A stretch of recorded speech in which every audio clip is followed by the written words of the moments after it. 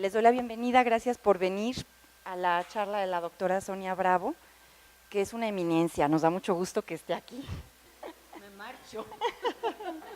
Pero es una eminencia muy simpática. No, es una persona lo más accesible y lindísima y con una trayectoria impresionante, creo que nos va a poder aportar mucho hoy. La doctora es doctora en filología. Ella tiene 30 años en la experiencia de formación de traductores. Ella diseñó la maestría de traducción en la Universidad de Oaxaca, también en Gran Canaria, y es ella misma también autora, escritora, ha dado cátedras como invitada en diferentes universidades del mundo, y nos va a hablar sobre el tema interesantísimo sobre la formación de traductores. Aquí mismo en México es un panorama que se está abriendo desde hace relativamente poco tiempo. Hay esta discusión en cómo se forma un traductor, en diplomado, en licenciatura, en maestrías, en cursos, o sobre la práctica, como había sido usualmente, digamos, la manera de empezar a trabajar como traductor. Entonces, Sonia, Sí, por favor. nos platicará su experiencia y, como siempre, en una charla de 20-30 minutos, y después se abrirá a ustedes para que hagan comentarios, preguntas y le saquen todo el jugo que se deje. Muchas gracias, ¿sí? Muchas gracias, Claudia. Muchas gracias a ustedes por estar presentes. Yo, aunque no es mi costumbre, me voy a sentar porque estoy convaleciente de un pequeño accidente que ya va mejor, pero hay que cuidarse. Quiero agradecer la presencia de todos, la invitación del Círculo de Traductores, decirles que podrán contar siempre con mi ayuda y mi apoyo en cualquier momento, porque en general la formación de traductores, la academia, la verdadera academia, la docencia y junto con ello también la traducción y la escritura, pues son parte de nuestra propia vida. México lo conozco bien, he trabajado mucho con México en diversas instituciones mexicanas. Como profesora invitada tengo aquí entrañables amigos también y creo que es un centro excelente de magníficos traductores e intérpretes que se han ido formando de una u otra manera, como plantea la sinopsis de este evento. Soy hispano-cubana, pero soy de las Islas Canarias, por lo tanto no ceseamos, o sea, no hablamos con la C, aunque le decía al señor Perito que si se tercia, como decimos en España, pues podemos hablar con la C también, ¿sí? Porque es parte de la identidad común española. En las islas se habla como en América, fueron conquistadas al mismo tiempo que lo fue América y hay una gran comunicación entre todas las Islas Canarias y México, Cuba y Venezuela. Son los tres lugares.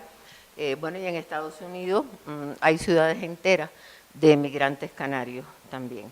O sea que el canario está presente también en estas culturas de este lado. Vamos a ver, el tema es muy amplio, la formación de traductores. Y yo quisiera contarles tal vez mi experiencia y a partir de ello podemos hacer una conferencia interactiva, ustedes pueden preguntar y podemos profundizar. ¿Por qué les propongo una conferencia interactiva? Porque en la pedagogía moderna no utilizamos las conferencias en las que habla solamente el conferenciante, según la Academia Real de la Lengua, o el conferencista, como dirán ustedes. No es el único que habla, sino que se establece un contacto con el público para que el conferenciante se vaya adaptando a las necesidades de aquellos que están recibiendo su mensaje. Es a la inversa, soy yo la que me tengo que adaptar a ustedes, no ustedes a mí. Ese es el principio que utilizamos, ¿sí? Pedagógico. Habitualmente en América y en todas partes del mundo, digo América esta parte del mundo, ¿sí? La América hispana, Iberoamérica y Lusoamérica, porque Brasil también. En esta parte del mundo parece ser que ha estado más presente la formación práctica, la formación autodidacta. Parece ser que ha estado más presente. Sin embargo, si nosotros nos vamos un poquitito a la historia de la cultura, y no se puede ser traductor sin conocer la historia de la cultura en general y de tu país en especial y de tu área geográfica también en la que te mueves, ya alrededor de 1920, 1930, el siglo pasado, coincidiendo con la explosión cultural europea del surrealismo, coincidiendo con la explosión pictórica mural en México y coincidiendo con la poesía norteamericana de Ezra Pound, un poeta y traductor, ya empezaba en este continente a hablarse académicamente de traducción, a hablarse de traducción y a escribirse sobre la traducción. Pioneros en este sentido fueron, entre los más importantes, los hermanos Augusto y Haroldo do Campos en Brasil, quienes por medio del estudio y la traducción de la poesía de Pound del inglés al español, fueron los primeros en hablar de la teoría del canibalismo, o sea, de que el traductor es tan dueño del texto que está traduciendo como el propio autor. Ya ahí tienen una idea iconoclasta o hereje, si quieren definirla, pero que coincide justamente con el desarrollo cultural de Europa y de la propia América, tanto la de habla hispana como la de habla portuguesa. Y empiezan a trabajar los traductores sin tener un lugar donde formarse. Empiezan a trabajar muy apegados, y todavía lo continúan, estando a los estudios culturales, ¿sí? Cultural Studies in English, lo que llamamos. No sé, todavía en Estados Unidos la profesión se mantiene pegada a los estudios culturales. Y la profesión de traductor e intérprete como profesión se reconoce a partir de un acontecimiento histórico importantísimo, que es la derrota del fascismo en 1942 y los posteriores juicios de Nuremberg a los fascistas alemanes, donde por primera vez se practica la profesión de intérprete, no la de traductor, sino la de intérprete, porque había necesidad de establecer juicios justos sobre los acusados fascistas. Hay todavía cintas, si ustedes la buscan, de algunos sobrevivientes muy mayores ya, muy viejecitos, de Estados Unidos que participaron como intérpretes en aquellos juicios. Y entonces la profesión es a partir de 1950 que empieza a plantearse su propia historia y su propio camino académico. O sea, ¿qué hacer? ¿Cómo hacer? ¿Basta con saber 2 lenguas para ser un traductor? Que es la comunicación, lo que llamamos comunicación bilingüe mediada. ¿Basta solo con saber 2 lenguas? ¿Cuál es la que tengo que saber mejor? Y empieza de manera pionera en Europa la formación de intérpretes, pero muy centrada, muy limitada. Y en nuestras tierras empieza, en países tan adelantados en aquellos momentos como Argentina, como Chile, y siguen siendo pioneros en traducción e interpretación en estos momentos, México un poco posteriormente, y hace eclosión, digamos, hace explosión.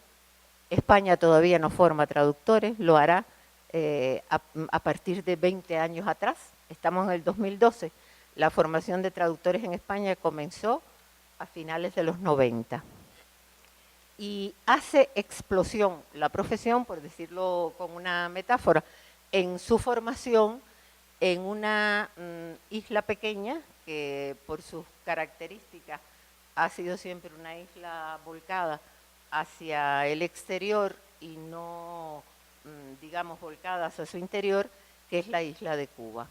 En 1970 ya existía en Cuba el primer instituto universitario de formación de traductores e intérpretes. Y se formaban traductores e intérpretes en más de 13 lenguas. Por decir alguna que me venga a la mente, a ver, el coreano, que es bastante difícil, algunas de las lenguas autóctonas de África, que se hablaban poco, pero había formación en esas lenguas, el chino, el polaco, el ucraniano o el ucranio, el ruso, el alemán y desde luego el inglés y el francés como lenguas vehiculares de comunicación.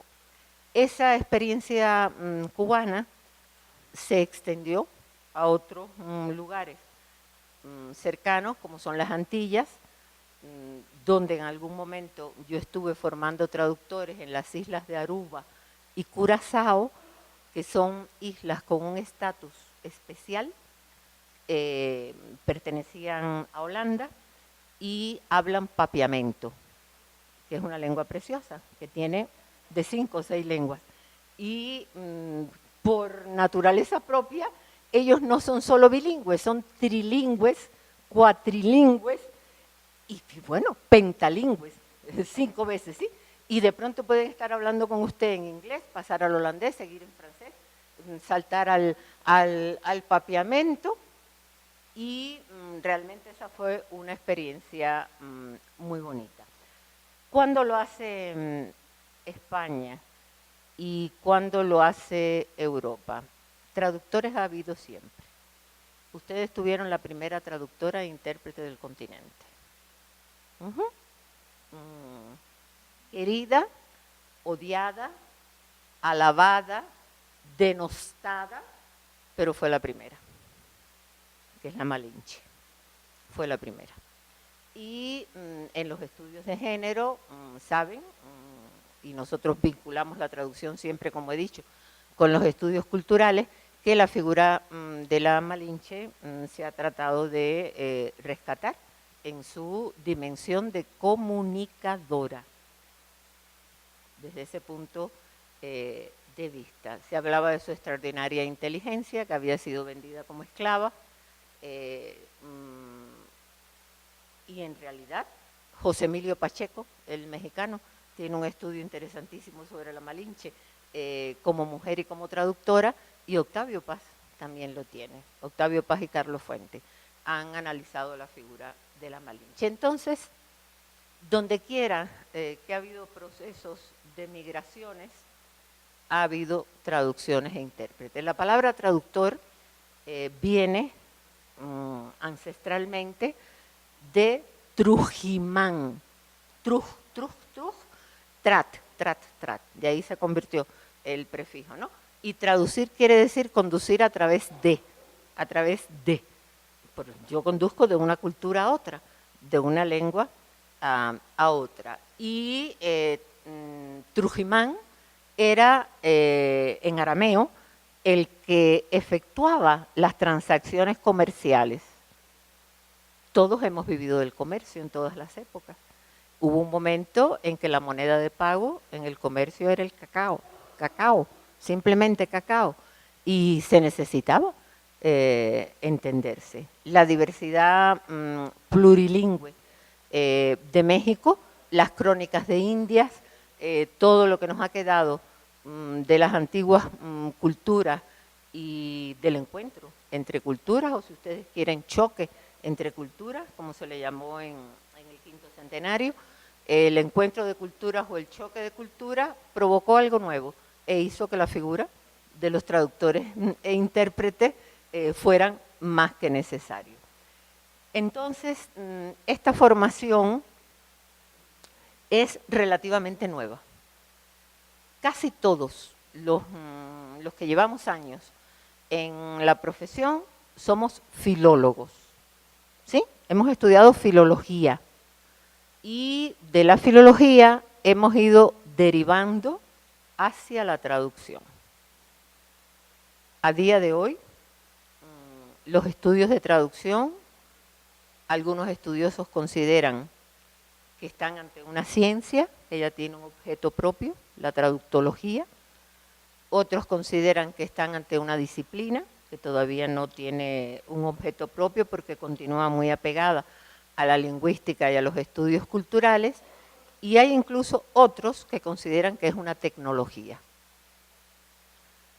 por lo que implica, ¿no?, de desmontar un texto y volverlo a montar, o remontarlo, desmontar y remontar, o deconstruir y reconstruir desde el punto de vista de la filosofía de Derrida, deconstruir y reconstruir el texto. En realidad eso es lo que hacemos los traductores. Ahora, ¿cómo tendría que ser nuestra formación? ¿En qué nivel tendríamos que empezar esa formación? Y a partir de estas dos preguntas, para yo seguir hablando, voy a hacer una tercera a la que quisiera que ustedes me contestaran. Una persona bilingüe. Y bueno, saben que el bilingüismo puede ser de varios tipos, ¿sí? Puede ser el bilingüismo activo o el bilingüismo subordinado, cuando tú comprendes la lengua, pero no puedes expresarte en las dos con la misma propiedad.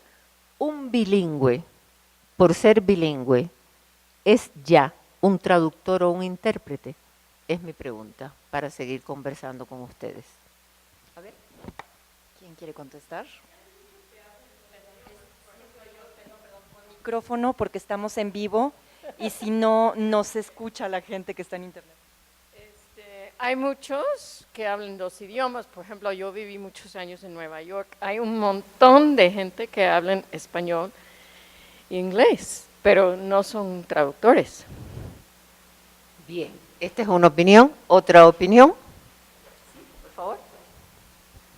Yo creo que no, porque para ser traductor hay que tener una intuición lingüística, como ese interés, esa necesidad de comprender la estructura de la lengua, de estar como imaginando, pensando, entendiendo, y eso no lo tiene cualquier hablante. Digo, cada quien ha de tener sus intuiciones en otras áreas o de otro modo, pero yo estoy estudiando un diplomado y lo que encuentro en común con mis compañeros es esa intuición lingüística, la mayoría leemos mucho, algunos poesía, lo que sea, ¿no? Pero leemos, tenemos como ese interés por la lengua, por comprender, por observar a hablantes de lenguas que no conocemos, como yo en todo eso lo englobo en esa intuición lingüística que no cualquiera la tiene tan fina.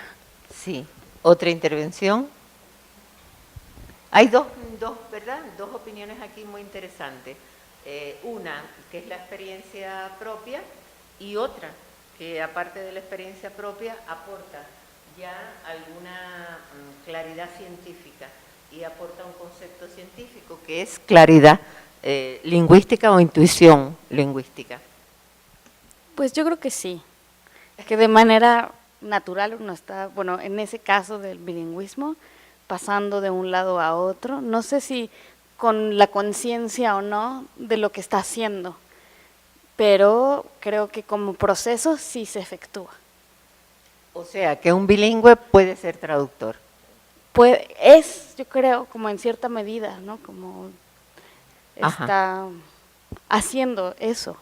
No sé si de manera sistemática o ni con una reflexión necesariamente sobre sus procesos, pero sí creo que está operando, digamos, en ese lugar de transferir de una cultura a otra. Muy bien, transferir, también es un verbo que utilizamos, ¿sí? Transferir estructuras de una cultura a otra o de una lengua a otra. Sí. Pues no tenía planeado participar expresamente, pero está bien, pero está bien. No, solamente un comentario, ¿no? Un poquito en la misma línea que estaba mencionando Nayeli. No sé si justamente un traductor, digo yo personalmente no estudio traducción, a lo mejor estoy ahorita más cercana a cuestiones de lengua, pero en la cuestión de la interpretación yo creo que la posibilidad que te da entender otra lengua en algún momento, muchas veces te da ese impulso también para querer, no sé, a lo mejor contribuir en una situación en la que sabes que hay una necesidad de comunicarse y que no está siendo fácil para la otra persona hacerlo. Y es ahí en donde yo creo que una persona tiene, no sé, o sea, a lo mejor sí naturalmente esa motivación, esa necesidad de contribuir con algo. Me imagino que la traducción ya como una formación implica muchas otras cosas, pero creo que se puede partir de justamente esa motivación por la comunicación, no sé si decirlo de esa forma, para empezar a formarse, o no sé. Aquí hay otra idea que es importante, sí, el traductor como comunicador. Yo El tengo una traductor como duda. comunicador. Una vez una intérprete profesional excelente, me dijo que ella había leído que la capacidad, sobre todo para interpretar, no para traducir, sino para interpretar, tenía que ver incluso con conexiones cerebrales. Hay gente que igual que es buena para las matemáticas, es buena para la danza o es buena para los idiomas. Yo he conocido muchas personas bilingües, unas mejor, otras, o sea, unas más bilingües, otras menos, absolutamente incapaces de interpretar. O sea, yo te digo 1, 2, 3 en alemán y me lo repites en español, bloqueo absoluto, no hay manera, se apanican, se ponen nerviosas, se bloquean, se les olvidan 3 palabras, no pueden interpretar. Entonces, a lo mejor puede haber una motivación, pues, pero yo creo que también es una cuestión de un talento o de una capacidad innata. Es igual que en cualquier otro tipo de habilidad o de facultad humana, ¿no? O sea, yo no soy buena para la física. ¿Por qué tendría alguien que es bueno para la física ser automáticamente y de manera innata bueno para la interpretación o para la traducción? Sí. ¿Alguien más? Sí, son ideas todas muy interesantes. ¿Alguien más quiere participar? Porque me dan pie a mí para establecer lo siguiente. No es lo mismo la formación de un traductor que la formación de un intérprete. Son habilidades y competencias, para hablar en términos pedagógicos, y objetivos diferentes. ¿Y por qué empecé yo por la pregunta del bilingüismo? Porque nos hemos encontrado muchas veces con que alguien, tal vez con un exceso de ego, dice, yo soy bilingüe, yo soy traductor y yo soy intérprete. Y alguien que no tiene ese ego, dice, yo soy bilingüe, pero yo no me atrevo a traducir e interpretar. Tengo que estudiar algunas técnicas, tengo que ampliar mi cultura, tengo que tener práctica, porque tanto una profesión como la otra, y son dos, traductor e intérprete, son cuestiones de profesión, profesionalizantes, les llamamos, ¿sí? Sin práctica no puede haber resultados. ¿Qué hago yo con sentarme aquí, como estaba ahora, y contarles la historia de la traducción en México? Por ejemplo, ustedes seguramente se lo sabrán mucho mejor que yo, aunque yo me consulte todos los libros del mundo y aunque haya sido mi especialidad, ustedes, como se dice en el registro coloquial, mamaron esa cultura con la leche de la madre. O sea, si se han interesado por el tema, lo conocen perfectamente. Son profesiones de práctica y son profesiones de habilidades, de patrones de habilidades, de competencias. Hemos hablado de las áreas cerebrales y hay algunos descubrimientos muy recientes que establecen que la persona que sabe más de una lengua tiene alojadas esas lenguas en un lugar del cerebro, pero en diferente lugar. Aquí está el inglés, aquí está el francés, aquí está el polaco, aquí está el estonio, aquí está el náhuatl, aquí está el maya, antiguo, ¿sí? Aquí está el zapoteco, y que se activan esas áreas cerebrales en el momento que comienza el proceso de traducción o interpretación. Pero que como en todo proceso de activación cerebral hay interferencias. Pueden existir las interferencias. Por lo tanto, y esto es algo que enseñamos en la formación de traductores, cómo evitar las interferencias. ¿Sí? Las lenguas son organismos vivos, culturales, fundamentalmente.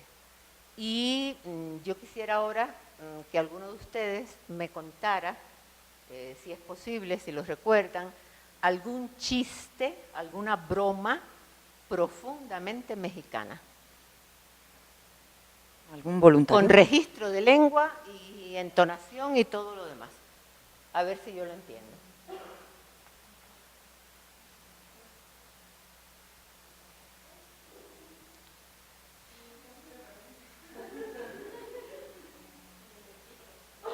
¿Los de? Pepito es universal. A ver, alguno de Pepito, muy bien, a ver si lo entiendo. Pero con registro de lengua y humor. A ver. Me lo contaron mis hijos, ¿eh? ¿Quién mató a la longaniza? ¿Nadie sabe? La asesina.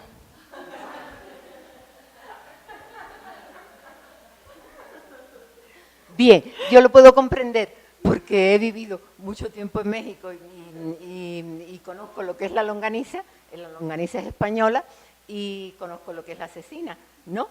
Pero está muy bien porque usted puede jugar ahí con la cecina, ¿sí? Se juega. Ahí tienen la ambigüedad de la palabra y el valor metafórico que tienen las palabras, es muy bueno. Otro marcadamente cultural, que yo no lo entienda, por favor, que yo pueda no entender nada, que tenga que preguntarles para entonces dar pie a algo que es importante en la formación de traductores e intérpretes.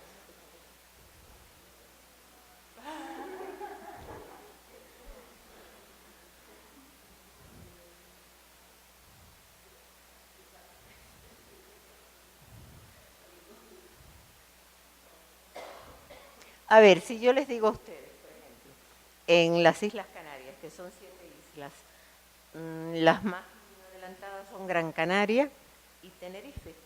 Yo soy y vivo en Gran Canaria, pero hay otras islas más pequeñas y una de ellas es La Gomera, de goma, La Gomera. Y habitualmente, yo voy a decir nada más, el gomero es torpe, ¿sí? No es muy inteligente.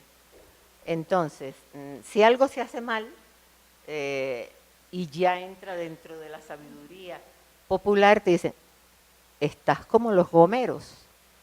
Si yo les digo sin explicación a ustedes ahora, estás como los gomeros, de pronto a lo mejor piensan que estoy hablando de Homero, el de la Ilíada, ¿sí? Si no pronuncio bien, eso es marcadamente cultural. Por lo tanto, la formación de traductores e intérpretes requiere del estudio de la lengua, de su historia y de su cultura. Aunque seas autodidacta y puede ser estupendo, tienes que buscarte por tus medios el estudio y siempre va a ser diferente. Siempre va a ser diferente. Por lo tanto, nunca vas a terminar de estudiar. Yo le comentaba a Claudia que en los cursos de primer año de formación de traductores en España, el primer día que yo entro al aula, y son chicos muy jóvenes, de 18, 19 años, les digo, lo primero que tienen que saber es que el traductor tiene que tener un conocimiento universal. Se asustan mucho porque son chicos jóvenes y lo que quieren es ir a la discoteca y no tener el conocimiento universal y se creen que porque hablan inglés muy bien o alemán muy bien o francés muy bien, pues van a hacer una excelente traducción. Entonces los dejo pensando todo el tiempo. Y después la segunda pregunta que hago, y la voy a hacer ahora también para ustedes, para continuar después hablando de la formación, ya establecimos que no es lo mismo la formación de un traductor que la de un intérprete. Las habilidades son diferentes, absolutamente diferentes. Ahora les voy a preguntar a ustedes, ¿en qué nivel piensan ustedes que se debe comenzar? Si es que lo piensan, de pronto me dicen que no, que lo pueden hacer perfectamente por sí mismos. ¿En qué nivel se debe comenzar a estudiar la traducción?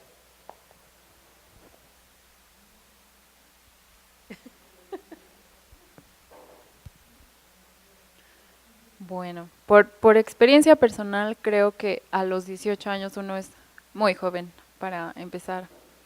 Por ejemplo, yo quería estudiar la licenciatura en intérprete traductor en una escuela particular, el ICIT.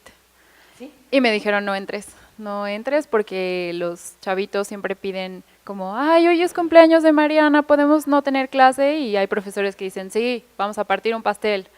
Y yo dije, no quiero una escuela así donde se pueda partir pastel en vez de tomar clase o así. No sé qué tan cierto sea, la verdad. Pero ahora, ya que pasaron 5 años, acabé la carrera y así, me doy cuenta que este es el momento en el que ya comprendo más qué quiero hacer como traductora, qué no quiero hacer ya como estudiante universitaria. O sea, ya pasé esos años del relajo y eso, los viajes. Y entonces creo que como posgrado, como diplomado, como algo después de la licenciatura, es un momento donde ya uno se nutrió culturalmente, donde ya leyó mucho en la carrera, porque digo, si eres alumno que se quiere formar de verdad, tuviste que haber leído muchísimo. Y no sé, no conozco como licenciaturas en traducción, la verdad nunca he estado, pero pienso que a veces hay que tener más madurez para eso. Bien, otra intervención. Perdón, ¿qué licenciatura estudiaste? Lengua y literaturas hispánicas. ¿Dónde? En la UNAM. Sí. Una disculpa por llegar tarde, entendí que era las 6. Disculpada. A mí me gusta mucho después de la licenciatura, a los 23, 24, 25 años, cuando uno ya tiene pues el sustrato, ¿no? Uno tiene ya cierta formación, más cultura, más madurez, porque a veces no es cuestión de idioma, ¿no? Ni de materia, sino la escuela de la vida, ¿no? Y yo he tenido más éxito en formar a personas un poco mayores. Con más responsabilidad. Sí, que ya saben de qué se trata, está más por vocación que por afición, ¿no? Es una experiencia profesional y en este caso también, porque es una experiencia estudiantil llevada al campo profesional. ¿Sí? Bueno, ahora que mencionaba la compañera que no ha visto licenciaturas en traducción, yo estudié la licenciatura en idiomas en Tabasco. Entonces, en la licenciatura en idiomas nos dan como una variedad de opciones a las que te puedes dedicar, y entre ellas está docencia y traducción. Entonces, me tocó llevar algunas asignaturas referente a la traducción, no sé, como introducción a la traducción o práctica de la traducción.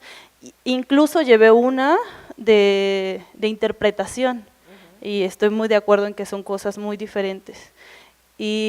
Pero yo todavía estoy con la duda, y la otra pregunta o la otra cosa que nos decía, que a lo mejor no se necesita de formación para traducir. Bueno, en parte yo tengo esa idea y por eso estoy aquí para ver qué opinan los demás, porque en mi caso llevé algunas materias de traducción, pero en todas hacíamos pequeñas prácticas y sí vimos técnicas para traducir, pero de las pocas materias que llevé de traducción me quedé con la idea que al final, durante la marcha, uno va decidiendo y uno se va autoformando en lo que va traduciendo. Entonces siempre me pregunté si de verdad se puede enseñar a traducir. Y bueno, lo estudié en la licenciatura, es algo que no ejerzo, pero que en su momento sí me gustó, y sí he hecho una que otra traducción muy pequeña, pero a mí me quedaría la duda si de verdad se enseña a traducir o simplemente son cursos de práctica, porque en mis cursos ciertamente vi algo de teoría de la traducción, pero como usted dijo, es algo que no te enseña. Conocer cómo se originó la traducción y todo esto no te hace un buen traductor. Entonces esa sería mi experiencia y mi opinión. Es muy buena las intervenciones. ¿Alguna más? Porque también, sí, por favor. Bueno, les cuento mi experiencia. Yo me formé empírica, digamos, a mí me lanzaron al ruedo, me jalaron, no es algo que a mí se me hubiera ocurrido, ni trabajar como traductora. Ujú. Sí. O sea, en esa época no ni pensaba en eso ni en nada, tenía 18 años, ¿no? Como dicen, a lo mejor es una edad que uno está en otra cosa, y una editora que ocupaba una traductora por circunstancias, me jaló y yo, no, ¿cómo? No, sí, claro que sí, ¿cómo no? Y entonces ahí me puso, y ahí ella me formó un poco en la práctica, y luego de ahí como que me seguí, con ese antecedente seguí, y años después, cuando ya llevaba 7 años trabajando de eso, ya viviendo como traductora y todo, ya estudié el diplomado, el PFT que había antes en el Colmex, y después de ahí ya las lecturas y todo, y siento que me fue de muchísimo provecho esa formación, habiendo tenido la práctica antes, y muchas lagunas, porque sí, claro que fue una práctica muy, pues una formación muy con tropezones, con muchas dudas, muchos desatinos, pero con la parte que me parece muy formativa de la experiencia, que es tener que enfrentar la solución de problemas reales, porque hay que sacar el texto, porque tiene que resolver su función, tiene que salir a tiempo, tiene que servirle a la revista o a la editorial o a lo que sea donde se está publicando al cliente, o sea, entonces tiene que cumplir una función real en el mundo, no es para quedar bien con un maestro, sino que tiene que resolver el encargo o el proyecto, ¿no? Se llama encargo. Encargo y cliente. Entonces, en la jerga. sí, entonces creo que las dos cosas es muy bueno que pueda haber la formación en un espacio universitario con la densidad de experiencia o recursos que eso ofrece, pero también esa formación que da la práctica, no tengo claro cómo se puede conjuntar, pero creo que si se forma únicamente con un esquema universitario tradicional, como se forman otras licenciaturas o posgrados o lo que sea, la traducción pierde alguna cosa o no obtiene alguna cosa que se obtiene en la práctica, a lo mejor de esta manera un poco ruda, ¿no? Sí, ¿alguien más quiere intervenir?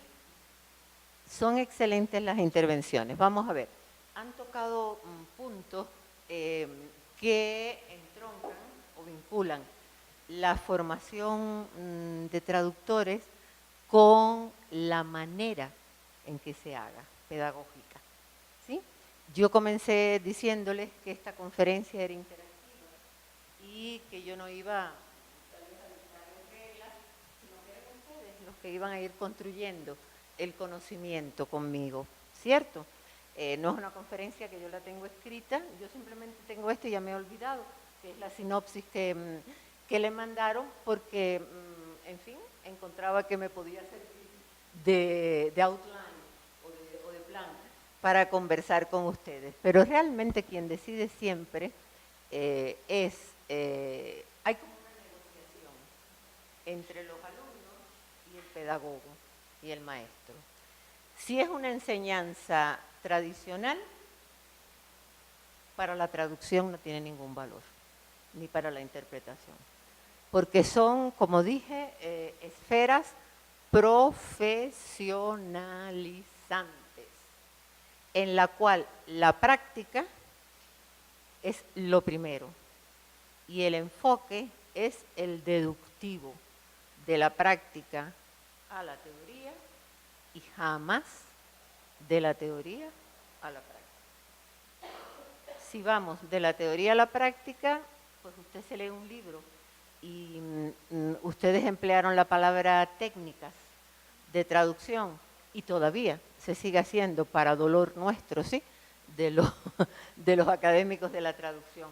Nosotros no empleamos la palabra técnica. Eso es un concepto obsoleto en traductología.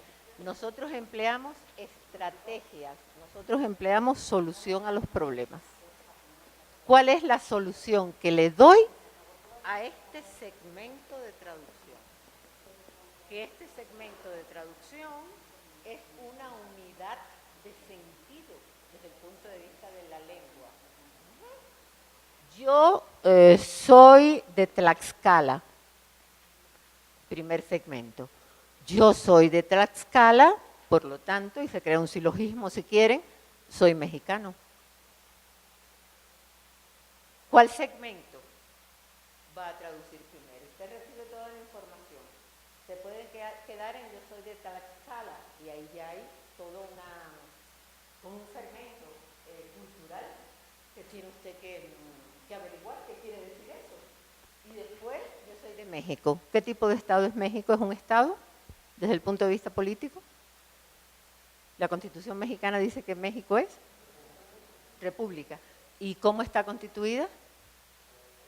Por estado. Por lo tanto, el nexo que une a los estados, ¿cómo es? Federativo. Federativo. ¿Sí? Son Estados Unidos mexicanos, como fue en su momento Estados Unidos de Norteamérica. Y se dejó de decir los Estados Unidos porque ya había concepto de nación y lo correcto es Estados Unidos de Norteamérica. Jamás traducir los Estados Unidos, porque se pierde el concepto de nación. Ahí tienen un ejemplo de error de traducción y de la importancia del segmento, ¿sí? que van a traducir. Entonces, la formación de traductores puede empezar en cualquier momento, siempre que se haga correctamente. Siempre que se haga desde las posiciones modernas de la pedagogía y siempre que el plan de estudios tenga un componente práctico mayoritario. Mayoritario.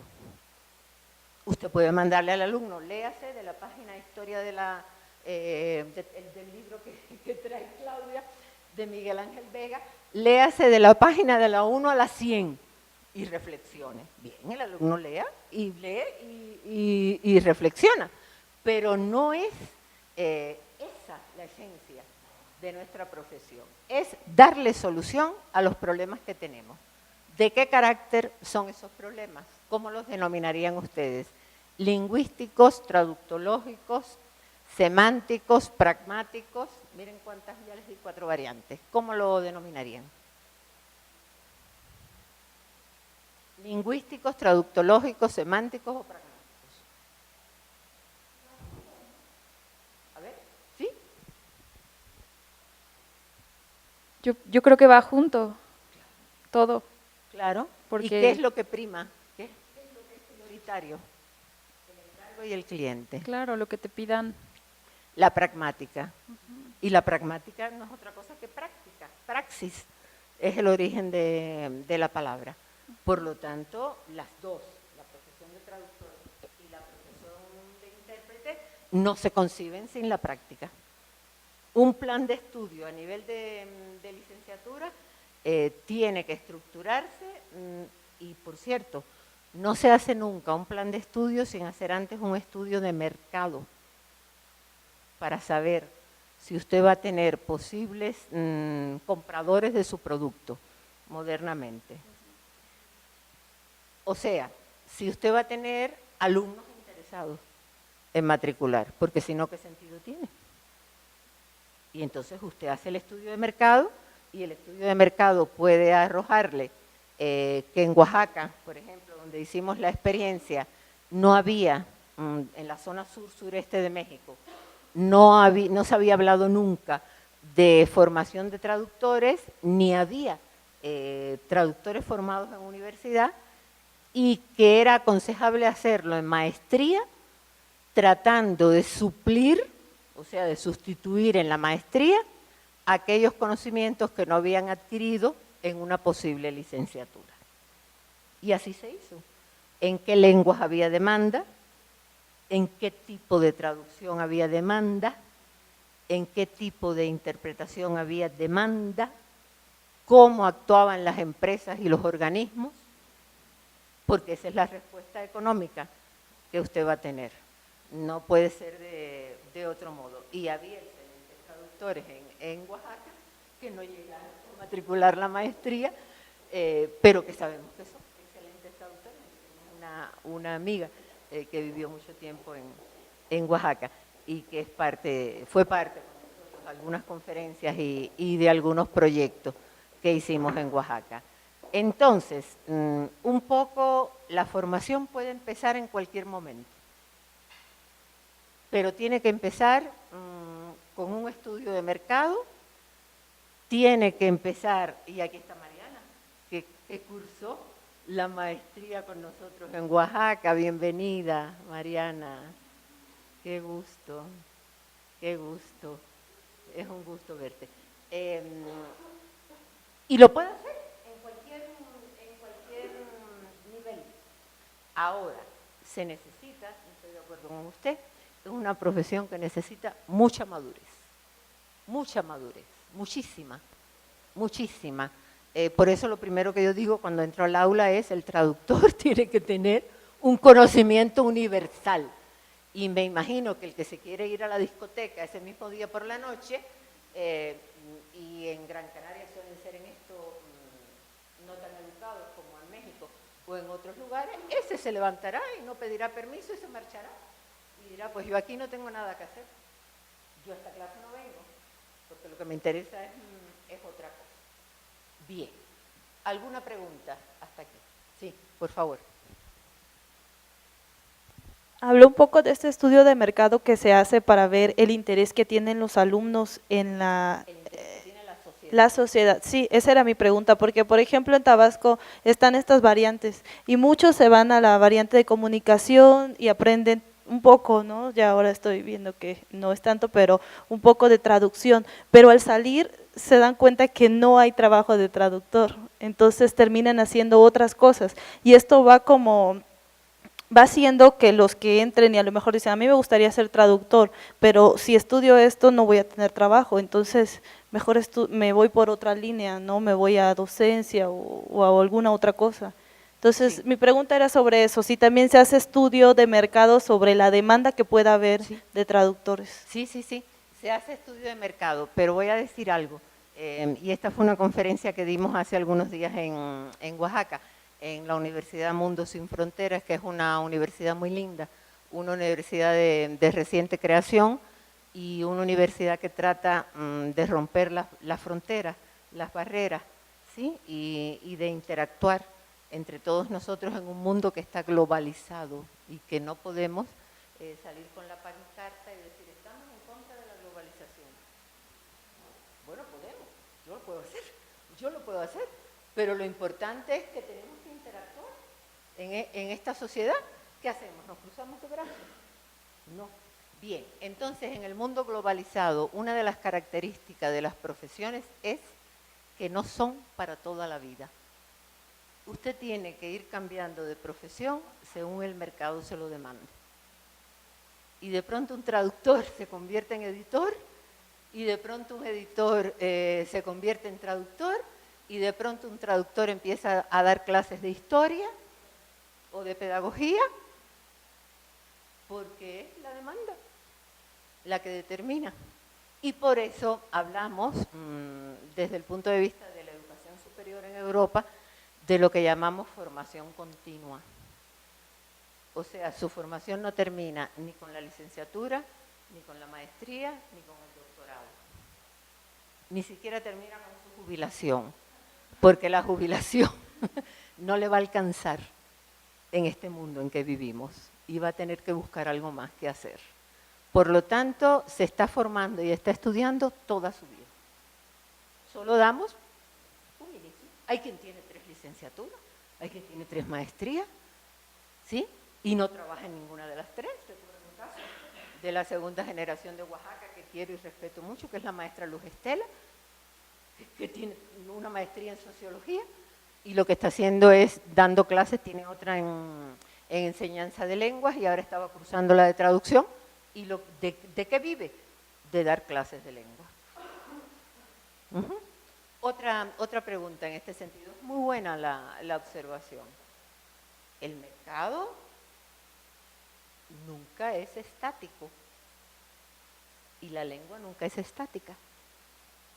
Yo, por ejemplo, perdón por mi ejemplo, ya ahora contarán ustedes su experiencia, he sido traductora literaria toda la vida, de varias lenguas, pero yo he enseñado todos los tipos de traducción.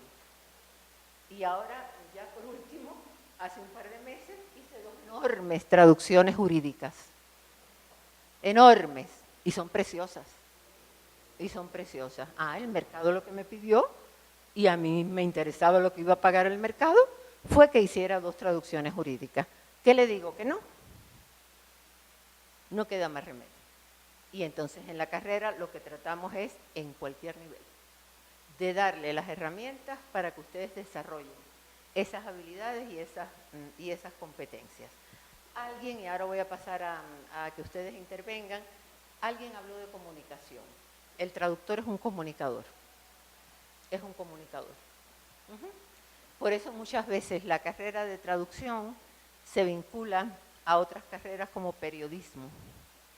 El periodista, ciencias de la información o ciencias de la comunicación. Lo es. O se vincula al turismo. También. Pero es que todos en este mundo somos comunicadores. Absolutamente todos. Pero esto es importante. Esto es importante. El traductor hace más de 30 años se consideró por un pionero de los estudios de comunicación en Estados Unidos, que fue, está vivo todavía, Richard Breslin. Él estableció 14 tipos de comunicadores. Por ejemplo, el estudiante que va a una movilidad en Europa es un comunicador. El traductor es otro comunicador. Estaba entre los 14 grupos que estableció Breslin. El empresario que va en busca de mercados. España está buscando mercados en estos momentos en Iberoamérica.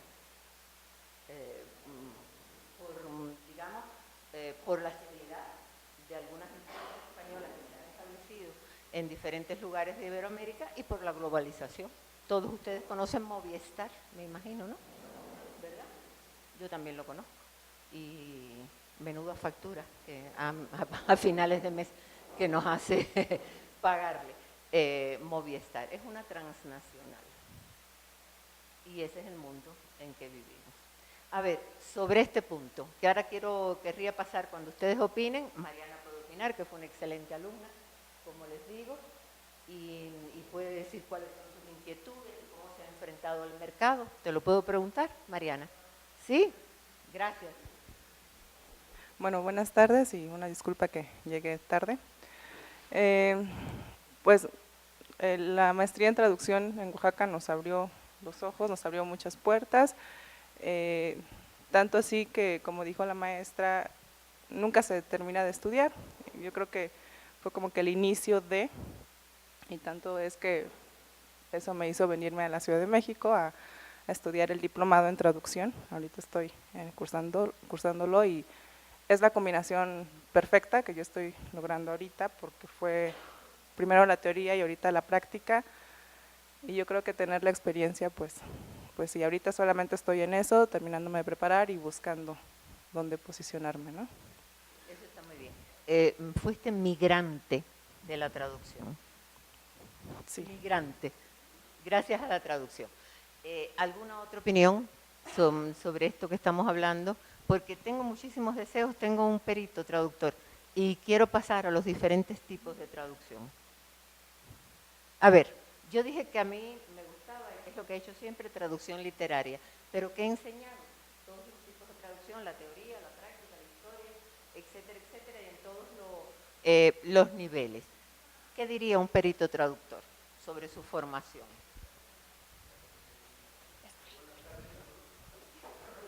Gracias, buenas tardes. Bueno, yo me formé como traductor en una escuela en el Colegio de México donde el énfasis es traducción literaria. Hace 10 años, el año pasado estuve en el diplomado de traducción científica del CELE de la UNAM, en el centro de Tlalpan, y de cualquier manera mi trabajo siempre ha sido, o donde yo he encontrado más ingresos constantes, facilidad y contactos, los clientes, etcétera, ha sido pues simplemente poner anuncios gratis en internet, y una cosa ha llevado a la otra y tengo un ingreso más o menos continuo según la temporada, porque verano es mejor que el principio de año, por ejemplo, con los clientes que me piden que les traduzca sus documentos para irse de posgrado al extranjero. Y eso es lo que hago continuamente. Sí, los historias académicas, cuentas bancarias, los papás de los niños de escuelas particulares que se van a estudiar en Inglaterra, inglés o un posgrado, etcétera. Eso es lo que hago. Sí, digo, no como para pagarme una renta o así decir cómodamente, no, pero es un ingreso continuo.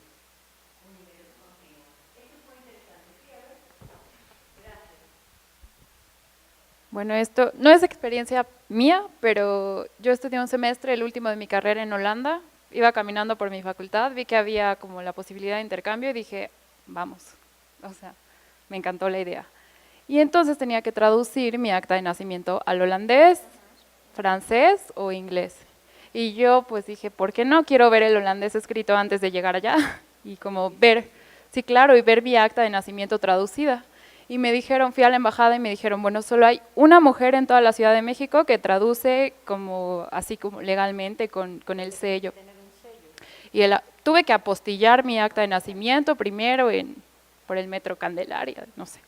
Y entonces le llamo a la mujer esta y, es que se fue a su casa de campo a Tepoztlán o Cuernavaca, algo así, y no está. Y yo como con la urgencia de, pero mis papeles tienen que estar, y también un poco terca, queriéndolo traducir a holandés y no a inglés o francés.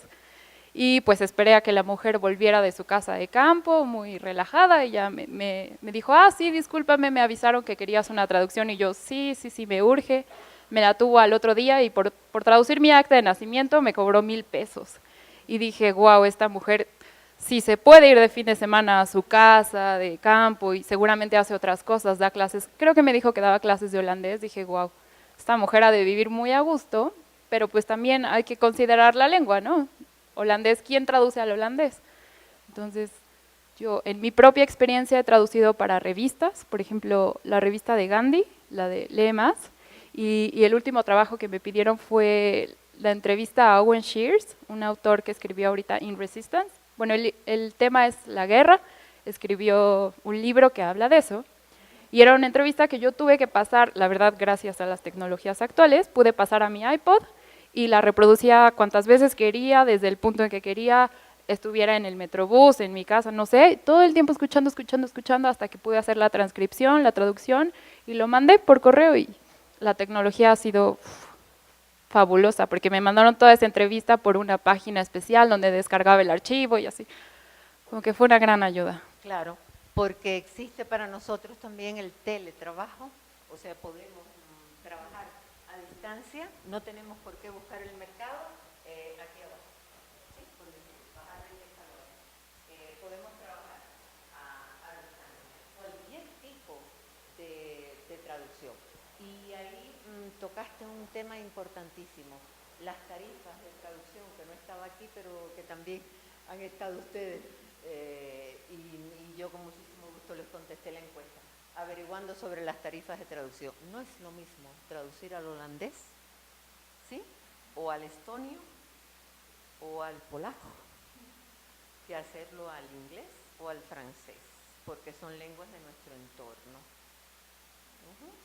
Las que he nombrado anteriormente no son lenguas de nuestro entorno. Y ciertamente el traductor certificado gana muchísimo, por lo menos para poder mantenerse, para poder mantenerse. Y si es serio y se hace de una clientela, siempre va a tener trabajo. Ahora hay que certificarlo, que es una de las cuestiones que nos planteamos en la formación de traductores en el futuro. Establecer en la propia formación de traductores la manera de ofrecerles la certificación. O sea, que el egresado nuestro, donde quiera que sea, salga como traductor jurado o certificado también. Porque eso abre, así se hace en Europa, en todas las carreras, eso abre caminos, eso abre puentes. El alumno, si cursó tantas horas de traducción jurídica en Europa, en estos momentos con los planes unificados, no tiene que pasar el examen para obtener el sello o la certificación. Con presentar el número de horas que cursó de traducción jurídica en cualquier universidad, se le otorga el sello. Y eso es una cosa que nos falta aquí, que nos falta, y que hay que establecerlo, porque es una de las salidas más importantes que tiene la profesión. Vamos a ver, voy a hacer una pregunta y intervengan todos aquellos que lo deseen. ¿Qué asignaturas piensan, qué materias piensan que deben estar en una formación de traductores en el nivel de licenciatura, que en Europa se llama grado, y que existe, la licenciatura en traducción e interpretación? ¿Qué asignaturas piensan que debían formar esa licenciatura?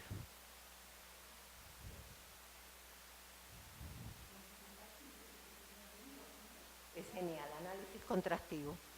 análisis contrastivo entre las lenguas, sí. Es una de las que debe estar, pero no está, por lo menos en la universidad en la que he trabajado yo hasta hace muy poco. Análisis contrastivo entre las lenguas, sí. ¿Otra? Yo voy a retomar lo que hablábamos hace rato con Adriana y contigo. Sí. Redacción en español. Por español. Dios, efectivamente. ¿Qué nos pasa en español? A mí me llegan alumnos en España, en Europa, y cada vez me llegan más, que no ponen los acentos. ¿Y saben lo que pasa en Europa? ¿Saben lo que pasa con nosotros, los profesores? Los alumnos se les reprueba, quedan reprobados. Aprenda usted a poner los acentos, aprenda usted todas las palabras que comienzan con H, porque todavía la Real Academia no la ha eliminado, ¿sí? Aprenda usted las palabras que llevan diéresis, y cuando usted sepa todo esto, podrá ser usted traductor.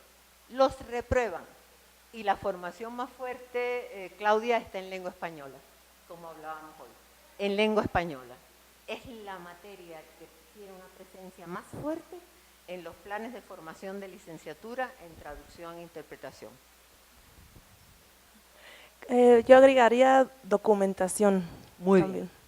Bien. Esa es de cajón, como decimos allá. Documentación y terminología aplicadas a la traducción. Claro, sin documentarse usted no puede hacer una traducción. ¿Qué les diría a ustedes la palabra? Voy a buscar alguna comida típica canaria. A ver, de tantas comidas ricas que hay en Canarias. Ropa vieja.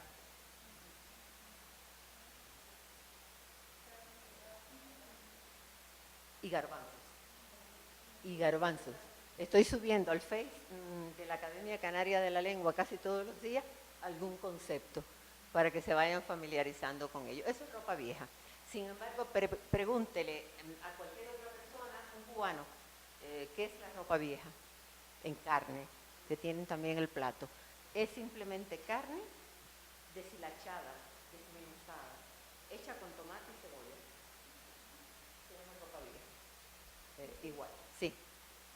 Y en Tabasco la ropa vieja es igual carne deshebrada de res con huevo, nada más. Le agregan huevo. Miren cuántas diferencias. ¿Todas son de qué tipo? ¿Qué asignaturas tiene que tener el plan de estudio de formación de traductores? ¿Es evidente? Claro, estudios culturales. Y además el estudio de la lengua que se haga en la licenciatura, si tenemos una licenciatura o un diplomado. Bueno, para nosotros el diplomado es inferior a la licenciatura, ¿sí? Diplomado, grado, maestría y doctorado. Es como estamos funcionando en Europa, porque cambiaron todos los planes y se unificaron. Un egresado de una maestría en traducción en Francia se le convalida automáticamente, se le revalida, como dicen ustedes, automáticamente y sin ningún problema, y es licenciado en traducción e interpretación en Grecia, que también es Unión Europea, sin ningún problema. Sin ningún problema. Estudios culturales. Lengua y traducción. Lengua aplicada a la traducción. Cada palabra en la lengua tiene un sentido. y cada palabra colocada en un sintagma determinado cambia su sentido. Miren, ropa vieja. Otro ejemplo, cualquiera que quieran poner. Marcadamente cultural, profundamente cultural. Ay, perdón. Gracias, inclusive hasta en cuestión de regionalismos, ¿no? De un mismo país. Tenemos una compañera que es de Chiapas y que a veces dice, pásenme la cobijita. Te vas a poner una cobijita porque tienes frío para salir. No sé, una chamarra es una cobijita. Claro, porque entonces inclusive con estas, porque te cobija, claro. La lengua es inteligentísima. Sí, sí, pero justamente ahí es en donde pues vemos las diferencias, que de entrada puedes decir, pásame la cobijita, pero si ya nos vamos, ¿no?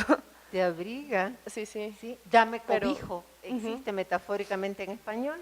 No vaya que ambas. En tu hogar también, dame cobijo, acéptame. Claro, y al final, o sea, aunque ambas tienen como justamente esa misma función de cubrir a la persona, pues sí, evidentemente si yo veo esa palabra, si yo no hablar español y veo estas dos cuestiones y digo, pásame la cobijita porque ya me voy, hace mucho frío allá afuera, sería así como un poco extraño justamente no saber que de un lugar a otro esto puede modificarse. Esas son las diferencias culturales que marcan las lenguas y marcan también los registros, porque en registro alto no dice usted, dame la cobijita, ¿sí? Va marcando los registros de lengua, y esto un traductor lo tiene que saber muy bien, ¿Qué lengua piensan ustedes que se debe saber mejor, entre comillas, porque los formadores de traductores no utilizamos ni mejor ni peor, utilizamos adecuado, no adecuado, de acuerdo con la comunicación. Si yo logro comunicar es adecuado, si no logro comunicar no es adecuado. ¿Qué piensan, qué lengua piensan ustedes que hay que conocer más adecuadamente? ¿La lengua del texto original o la lengua a la que usted traslada el texto original? Claro. A ver, por favor. Para mí la lengua meta, ¿no? Que normalmente es la lengua materna, no siempre, pero normalmente. Y creo que ha sido un problema aquí en México, seguramente mis colegas me van a apoyar, que la gente no quiere estudiar español, ¿no? Porque dicen que lo dominan, lo cual no es cierto para empezar. Pero hay mucha confusión entre lo que es estudiar lenguas, de ir a estudiar en interpretación o traducción, para aprender una lengua cuando supuestamente ya la tienen dominada. Y hay mucha resistencia, ¿no? A lo que es redacción, cualquier cosa que tenga que ver con el español. Si es portugués, francés, inglés, perfecto, ¿no? Pero el español como que dice, pues ya lo hablo, ¿no? Pero no hay que dar ese brinco, ¿no? De lo que es un bilingüismo social a un bilingüismo profesional. Y eso sí es la labor, ¿no? De la institución y de los profesores. Sí, es muy interesante observación. Esto se llama en sociolingüística los sociolectos, ¿sí? Que son los diferentes registros de lengua. Y el registro de la traducción literaria es el idiolecto, porque es único. O sea, cada escritor escribe a su manera. Aunque haya dicho Octavio Paz, es cierto que no hay ninguna obra original. ¿En qué sentido? En el sentido de que nosotros cuando escribimos, lo que hacemos es combinar las palabras de una manera diferente a como lo han hecho otros. Pero ningún tema en literatura es original, porque en estudios culturales sabemos que los temas literarios migran de una cultura a otra, de una literatura a otra. Blancanieves, ¿qué tal? ¿La conocen? ¿Sí? Alicia en el País de las Maravillas, ¿lo conocen? Bueno, había un político que prometía muchas cosas en algún país del Caribe y la sabiduría intelectual le puso Alicia en el País de las Maravillas. Cada vez que iba a hablar el político no decía el nombre, sino que decía, mañana interviene Alicia en el País de las Maravillas. ¿Sí? O sea, la lengua es eso, la lengua es juego, también y diversión. El que no lo vea así, pues va a sufrir mucho. No puede practicar esta profesión, es reírte hasta de tus errores, de ti mismo, y aprender de tus errores, y practicar. Y practicar y practicar y practicar. Y hoy sé hasta aquí. Mañana avanzaré hasta aquí. Pero cuando llegue aquí, ya la ciencia está aquí y yo tengo que seguir. O sea, eso es lo que decíamos de la formación continua. Bien. ¿Qué otra materia? Yo creo que esto es por deformación personal, pero pienso que la literatura, que debería haber también una materia de literatura, quizá como complemento a la cuestión de redacción, porque leer, y sobre todo leer buenos libros, también permite aprender un mejor manejo del idioma.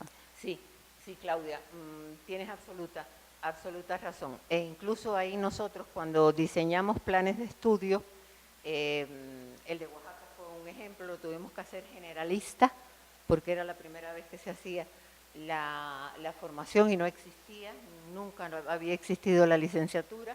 Tuvimos que hacer un curso propedéutico para enseñarles términos, encargo, cliente, escopos, que también es el encargo, para enseñarles a manejar una plataforma virtual, ¿sí? Que supieran lo que era un foro, lo que era una tarea, etcétera, etcétera. Hubo que hacer un curso propedéutico, pero la traducción es tan rica y la interpretación, pero yo me dedico más a la traducción escrita. La traducción es tan rica que yo digo, la defino como una pluriesfera del saber. Es múltiple. Yo puedo traducir geografía y tengo que saber de geografía. O sea, el puedo está entre comillas. Tengo que saber de geografía. Y puedo traducir arte, pero tengo que saber de arte. Entonces, a cualquier nivel de formación en traducción se le puede combinar con el perfil que se quiera lograr. Con el perfil que se quiera lograr. Traductor literario, traductor de textos turísticos, traductor económico-jurídico, que vinculamos habitualmente económico-jurídico, traductor que me ha pasado en días recientes de textos gastronómicos, por ejemplo, que bueno, se pueden agrupar dentro de los turísticos, traductor de filosofía, pensamiento crítico. De música, de pintura, de cine, de teatro, de Bellas Artes. Sí. De Bellas Artes. Entonces, por eso los planes deben ser más individuales y más adaptados a la institución que demande esos planes. ¿Sí? En eso está en español es ductilidad, no sé si me entienden la palabra, la flexibilidad del formador en adaptarse a lo que le pida la institución. Pues yo no sé qué tal vaya mi reflexión, pero siempre, bueno, desde que leí Corazón tan blanco de Javier Marías, a los 14 años dije, ay, qué padre, quiero hacer algo así. Entonces, siempre se me ha hecho que es un poco como un cineasta bien formado, o un cineasta que quiere hacer películas bien realizadas, como si su próxima película va a ser de la Segunda Guerra Mundial, no puede solo como leer Wikipedia o algo así, ¿no? Realmente se tiene que informar y meterse así, pero bien, y comparar también, y escuchar gente, testimonios, no sé, se tiene que de verdad nutrir completamente de esa historia y del momento para hacer una película que de verdad esté bien lograda. Entonces, como que yo siempre he sentido que se parecen mucho de alguna forma a la traducción y como el cine, y además muchas veces pienso en términos del cine. Ahora en mis clases de elementos de análisis literario, hablamos del narrador, el doble discurso, todo, entonces como que pienso mucho, sí, los ejemplos de Truman Capote, no sé qué, y luego, la película de A Sangre Fría, cómo lo llevaron al cine, siempre me la paso aquí, no sé, también tomé clases de cine, esto tiene que ver. Pero entonces creo que es así, ¿no? No se puede lograr una buena traducción si uno nada más consulta un diccionario bilingüe o nada más un diccionario monolingüe, o sea, hay que entrarle bien y digo, es lo ideal. Y las fuentes vivas también del traductor, que son importantísimas, ¿sí? Los testimonios, utilizar los testimonios. Vamos a ver, el traductor es traductor, el traductor es comunicador, el traductor es maestro de la palabra. Voy a decir millones de definiciones de traductor, escojan. El traductor es un filólogo con intenciones comunicativas. El traductor es un trapecista en la cuerda floja. El traductor es el otro yo del escritor. El traductor es el comunicador más importante en la era de la globalización.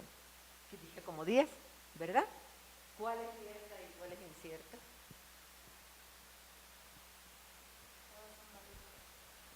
Todas son válidas. Y esa es una característica de nuestra profesión. En la medida que nos sintamos que somos universales, sabremos serlo. Y en la medida en que no seamos capaces de ser universales, nos quedaremos atrás, muy atrás. Podría dar tal vez una de las más actuales, y sin embargo fue dicha en 1930 y antes por los estructuralistas rusos, e incluso también los norteamericanos, con la tesis de la pragmática. Después se trabajó por el Círculo de Praga. El traductor y después se trabajó por Humberto Eco y Alfredo Sif, del que hablábamos hoy, uno de sus mejores discípulos. El traductor es un semiótico. ¿Qué dije? Hagan la interpretación de esa frase. El traductor es un semiótico.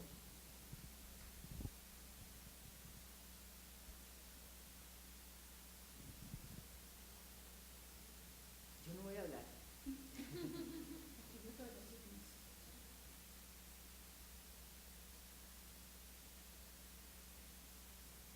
Esta es muy linda, ¿eh? Esta es la L de libertad.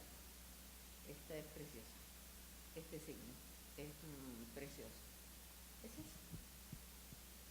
¿Es eso? ¿Qué cosa es la logopedia? Si no, por ejemplo. Y bueno, existen la traducción intrasemiótica, intersemiótica, intralingual, interlingual.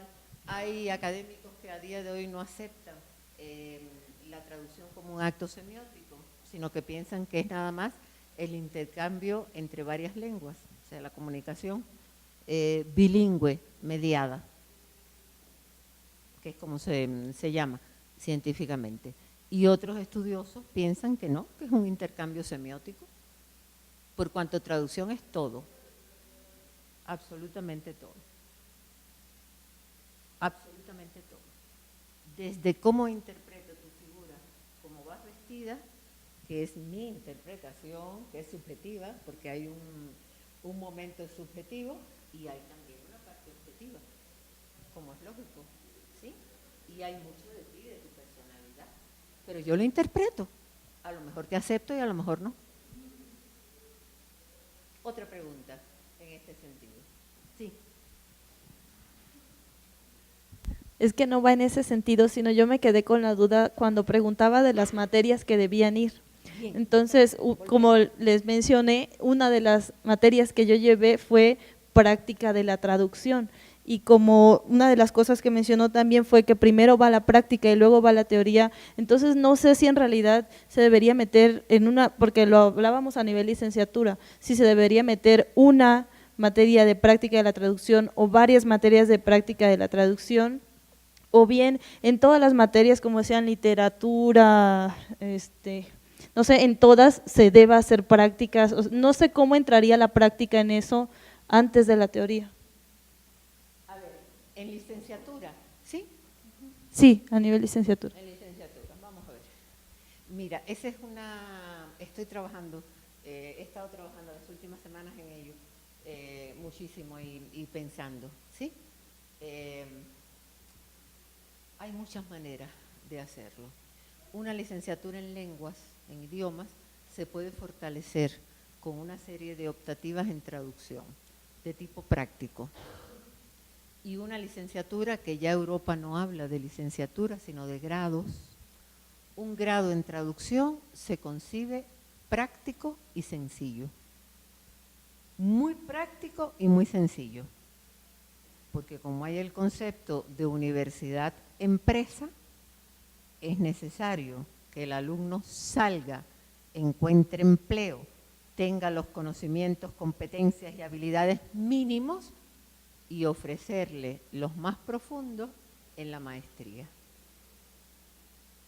Profundizar en la maestría en los aspectos teóricos combinados con los prácticos. Y aquellos que tengan dotes de investigadores hacen el doctorado, que es donde la teoría alcanza su mayor, su cenit, por decirlo de alguna manera, su mayor importancia. Pero sí el método, por lo menos el que hemos utilizado nosotros, siempre es el deductivo, de la práctica a la teoría. De la práctica a la teoría. Y no pienses que es unánime, hay quien trabaja al revés, hay quien va de la teoría a la práctica y a lo mejor tiene éxito, porque mucho depende del profesor y del alumno y del intercambio emocional que establezcamos entre nosotros. Porque es así, se llama la dinámica de grupo. Si no hay dinámica de grupo, no hay aprendizaje. Otra pregunta. Sí. He estado buscando la posibilidad de estudiar una maestría, como te platiqué, tanto aquí en México como en Estados Unidos. Como mi lengua materna es inglés, pienso que tal vez me conviene un poco más hacerlo ahí, porque aquí la traducción, yo creo, o sea, si estudio un diplomado, va a ser orientado a la traducción del inglés al español normalmente. Bueno, me imagino, y hasta el momento es lo que he investigado. Yo veo que en Estados Unidos lo que estoy viendo es, por ejemplo, la posibilidad de estudiar literatura comparada con especialización en traducción. Es ahí donde ¿Cómo está la ves traducción, eso? en Estados Unidos. Es ahí, donde está dentro de los estudios culturales, literatura comparada y salida, traducción. Yo estudié, el primer máster que creo que estudié era literatura comparada. ¿Ah, sí? Sí. Ajá. Sí. Pero aquí, ¿verdad que no hay de eso? No. Con especialización en traducción. Tienes absoluta razón. Estamos cargando la mano en la traducción que llamamos directa, de la lengua extranjera a la lengua meta. Y sin embargo hay un mercado de la lengua meta a la lengua extranjera. Y lo estamos dejando pasar.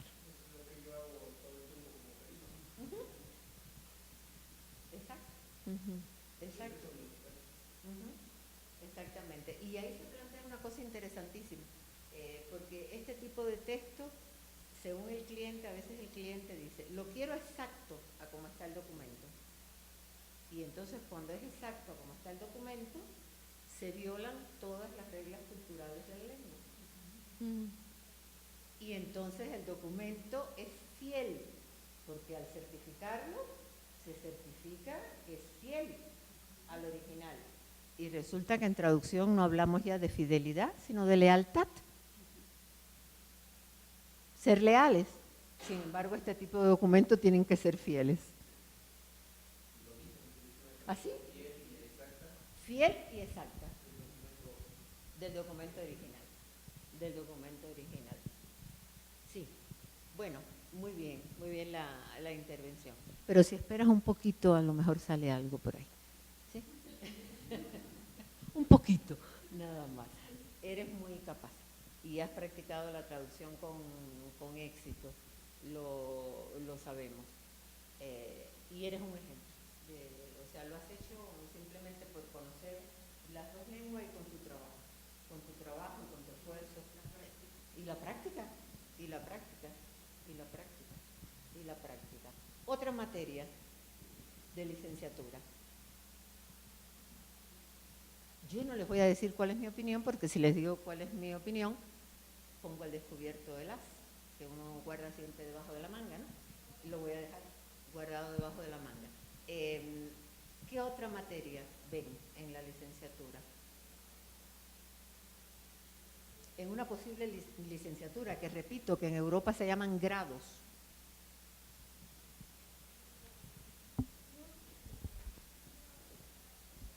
Algo que no he visto en los programas que podría ser muy interesante o muy importante sería la jerga, los refranes o sea, todo lo que es tan específico a una cultura. Y a veces es lo más difícil de resolver en una traducción. Sí, lo hacemos habitualmente cuando tenemos mucho tiempo en traducción literaria, de donde podemos sacar esos ejemplos, de jerga, de argot también, ¿sí? Y del uso idiolectal de la lengua. Pero bueno, hay que escoger el autor determinado e identificar esos fenómenos. Pero esa es la parte más difícil junto con el humor de la traducción. Por eso yo les decía, díganme algo profundamente cultural, ¿cómo lo traducimos? ¿Sí? Como un chiste, una broma, o a lo mejor pasa inadvertido totalmente y no captamos el sentido. Y en traducción lo que se traduce, lo que se hace es captar el sentido y trasladarlo a otra lengua. Ah, eso es genial. Sí. Desde luego, habitualmente no se traducen. Sí. Me viene a la mente el fucking you, que puede tener millones de traducciones, incluso hasta alguna inofensiva. Absolutamente. Sí. Alguna totalmente inofensiva. Sí. Dentro de estas materias o asignaturas o lo que sea, creo que falta mucho la parte, no sé cómo llamarlo, laboral, gremial, pedestre, pero todo esto que tiene que ver con tarifas, contratos, leyes, la negociación, cotizaciones, todas estas cosas. Tienen toda la razón, lo estamos haciendo en las clases, todas, en las clases del grado de traducción, incluimos un apartado de estudio de tarifas y después tenemos también una materia que es muy interesante, que es la traducción desde el punto de vista profesional. O sea, el traductor como un profesional. Enseñarle al futuro traductor todo esto. Eso es tremendamente importante. Un traductor tiene que saber hacer un presupuesto, tiene que saber pelear un contrato, tiene que saber pelear dónde van a poner su nombre. Hasta eso. ¿Sí? ¿En qué parte? ¿En la portada? ¿O no lo pone? ¿O desaparece? ¿O esto no lo tradujo nadie? Apareció en español de repente. Sí, así me pasó con un libro que empecé a leer hace algunos días de los derechos de las mujeres mexicanas y lo tuve que dejar en la página número 10 o 11 porque era una traducción del inglés y cada vez que estaba leyendo me encontraba un anglicismo sintáctico o léxico, que yo digo, pues no puedo concentrarme en los derechos de las mujeres mexicanas porque lo que estoy haciendo es subrayar los anglicismos y lo dejé en la página y no tenía traductor, lo dejé en la página 11. Mejoré en este caso que no lo tuviera. Sí. Gracias, Claudia. Va a bajar de peso ella y nosotros no. Y nosotros aquí sentados. Sí, bueno, depende un poco de la orientación de la licenciatura, pero todo esto de incursionar en la elaboración de glosarios, avanzar en terminología, inclusive la traducción asistida. Ahora, si es traducción literaria, pues realmente no se presta, ¿no? Por eso depende mucho. Pero cada día se moderniza más, ¿no? Y para ser competitivo en algunas variantes, algunas especialidades, vemos que el mercado, por lo menos aquí en México, cada día se pide más, ¿no? Entonces depende mucho, ¿no? Dónde esté uno y la orientación, pero es importante. Y con eso de la profesionalización, creo que también es muy importante que se den cuenta que existen asociaciones profesionales, la ética, que existen contratos a través de la ATA, es importantísima. la OMT, el Colegio Mexicano de Intérpretes, o sea, hay muchas fuentes. Ahora, porque cuando nosotros salimos nos lanzaron, así como dices tú, hacia el ruedo, ¿no? Y nadie sabía, o sea, que era ético, que era una competencia desleal, o sea, no se hablaba de eso, ¿no? Tú ve y se te abran las puertas y hazlo, ¿no? Y muchas veces nosotros no estábamos en antecedentes, ¿no? De nuestros antecesores que como habían allanado ya el terreno y como hay que respetar, ¿no? Pensando en el futuro, de dejar un buen legado, o sea, de tener mejores condiciones de trabajo para nosotros mismos y de ir dejando un legado, ¿no? Porque eso es parte de la profesionalización de la carrera, que no nos vean, ahí te pagan por hablar o te pagan por mover el lápiz, ¿no? No puede ser, pero todo eso de lo que son las herramientas, ¿no? Ahora antes pues era realmente papel, después las máquinas, ¿no? Manuales, las de la bolita de la margarita y, o sea, poco a poco yo creo que ya nadie puede pretender ser un traductor profesional con un lápiz, ¿no? Y un bloc. Entonces hay que pensar en eso, ¿no? De cómo agrupar estos factores, ¿no? Sí, ahí hay dos aspectos muy importantes. La informática aplicada a la traducción, el uso de las nuevas tecnologías, Trados, que nosotros lo tenemos en los grados en Europa, los utilizamos, Linux también lo tenemos y lo utilizamos y tratamos de que el alumno también entre en ese mundo. Y después hay necesidad urgente en todas las profesiones de rescatar la ética. Hasta luego, gracias. De rescatar la ética de la profesión. Nosotros insistimos mucho con nuestros alumnos en ello. Sí, muchísimas gracias. Esta podría ser una materia importante. Marianita, a ver. Bueno, sí, creo que eso entraría en las materias también, pero yo creo que algo importante es la práctica, ¿no? Y sobre todo el poder ofrecer, una vez que se termine la licenciatura, en este caso, ¿dónde vas a practicar? ¿No? Tal vez no en el aspecto laboral, pero sí ya como con la visión de abrir un mercado o algo, o aquí vas a hacer tus prácticas, o como que dar esa seguridad al estudiante que cuando vaya avanzando aquí podrías estar, ¿no? O aquí puedes prestar tus servicios para que antes de nosotros firmamos contrato en España con las empresas y las prácticas en empresas son asignaturas dentro del grado y hay que aprobarlas igual que todas las demás, las prácticas en empresas, y firmamos los contratos y hay un profesor responsable de esas prácticas. Y eso fue tal vez lo que faltó en el grupo de ustedes. Sí, eso faltó. Y nosotros lo tenemos. Las prácticas son importantísimas, es una asignatura vital. Se puede colocar en los últimos semestres, por ejemplo, tanto de una licenciatura como de un diplomado, como de una maestría. Se puede colocar en todas partes. Yo tengo una pregunta, más bien. ¿La lingüística como parte de las materias también es importante llevar? Bueno, digo, lingüística es una cosa, es una carrera por sí misma. Pero Claudia, es una carrera por sí misma. Lo que sucede es que la propia práctica, tú lo habrás visto también en tu práctica, ¿sí? Nos obliga a los traductores a buscar la sociolingüística, la explicación de los sintagmas, por decirle de algún modo, yo le digo sintagmas o segmentos, y le digo también unidad lingüocultural. Eso hay que buscarlo en la sociolingüística. Naida, que es uno de los padres de la traducción moderna, que es el traductor de la Biblia a varios idiomas, era el presidente del grupo, es el principal investigador de la sociolingüística, o ha sido el principal investigador de la sociolingüística en nuestros días. Claro, pero la lingüística o la filología ya es otra cosa.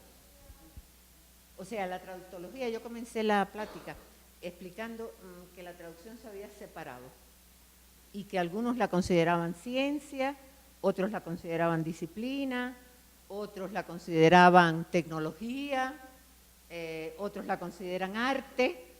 Yo, entre ellos, pienso que es disciplina y arte a un mismo tiempo. ¿Sí? Pienso que es una rama de la escritura, también, una importante rama de la escritura creativa en cualquier tipo de texto. Porque si no está bien escrito, está mal traducido. Está mal traducido. Bueno, otra pregunta. O ya se cansaron. Yo, por mí, encantada. Si tienen otra pregunta, otra sugerencia. Tengo una pregunta, pero no es tanto de las asignaturas, es que tengo mucha curiosidad de cómo estructuraron esta maestría de la UAPJU. con qué contenidos, mecánica, todo esto. Vamos a ver. Es un diseño elaborado por 3 catedráticos españoles, dirigidos por mí. Y elaboramos el diseño completo, la autoría de esa maestría es del grupo de los catedráticos españoles. Elaboramos el diseño completo con los programas, la bibliografía, las competencias, y partimos del marco europeo de las lenguas, ¿sí? Fue nuestro punto de partida, en adaptación a la traducción. Y el grupo que trabajó en ello estaba formado por catedráticos de 3 de las más importantes universidades en traducción. Después se incorporó alguien más que hay en España: Salamanca, Granada y Las Palmas de Gran Canaria. Y después recurrimos también a doctores jóvenes que habían sido formados por nosotros, por los catedráticos, por los 3, por nosotros. Incluso la última vez el catedrático de Salamanca nos mandó a su discípulo para una de las materias de la traducción, para también, porque esa es nuestra misión, ayudar a formar a los profesores jóvenes, darles oportunidad de que transitaran. Pero, cuidado, en Europa nadie es profesor de universidad si no es doctor. Eso es muy importante. O sea, que la parte científica se calza ahí, se calza de esa manera. Y entonces partimos de las necesidades del mercado de Oaxaca y trabajamos con aquellas personas que la parte oaxaqueña nos señaló, ya como españoles. No decidimos, porque eso no, en la actividad de cooperación nosotros no decidimos con quién trabajar, sino que es la parte a la que se le brinda la cooperación la que decide con quién trabajar. Y creo que fue una magnífica experiencia para todos, una magnífica experiencia.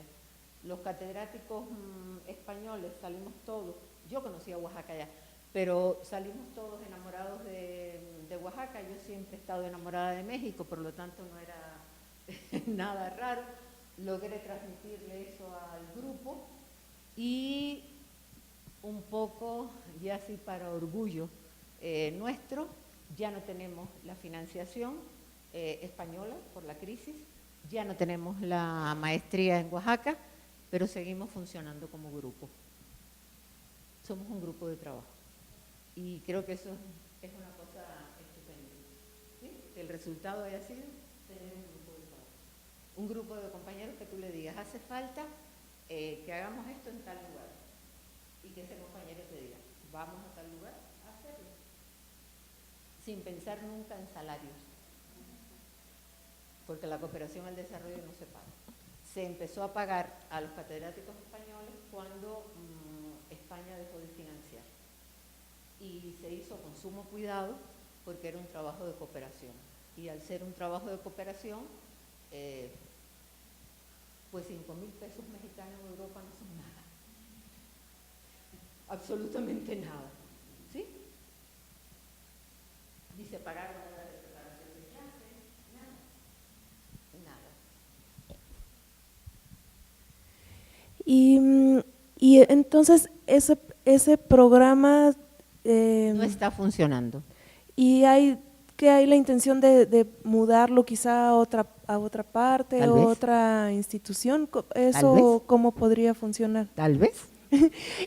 Bueno, en lo que eso se decide, más hacia adentro, ¿cuál era esa demanda de traducción en Oaxaca hacia la cual iba dirigida la maestría? ¿Cómo estaba conformado? Fue un estudio de mercado que arrojó que el inglés era la primera lengua, que el francés era la segunda, que había necesidad, y esta idea de este proyecto, y después se partió en pantalla, por decirlo quotation mark, se capturó en pantalla por otras personas, y la importancia de las lenguas indígenas, cómo rescatar las lenguas indígenas y cómo formar traductores en lenguas indígenas. Eso es parte del programa también. Era parte del programa. El programa ha dejado de funcionar por decisión soberana.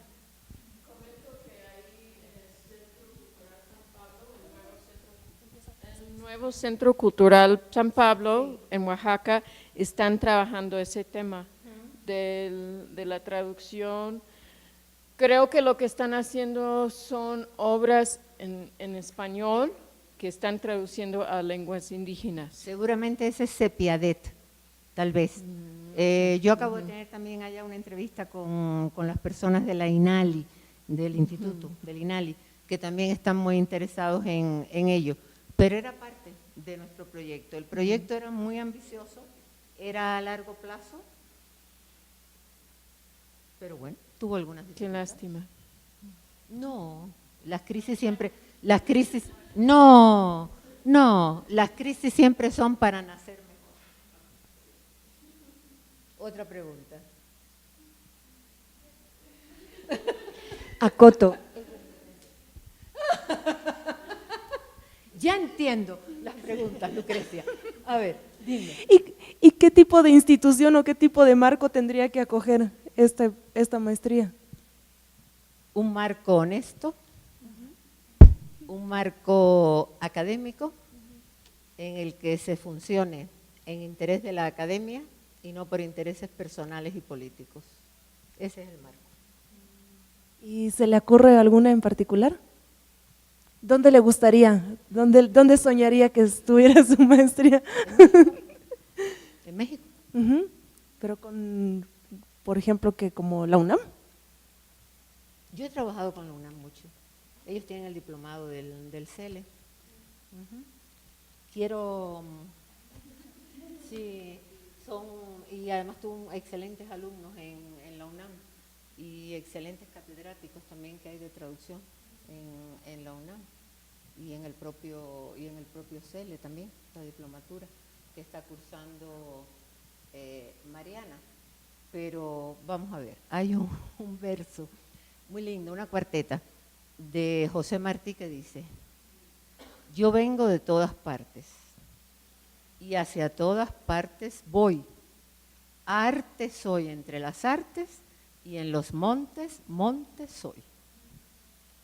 Así que esa es la vocación del grupo de trabajo que yo tengo el inmenso honor de tener a mi lado.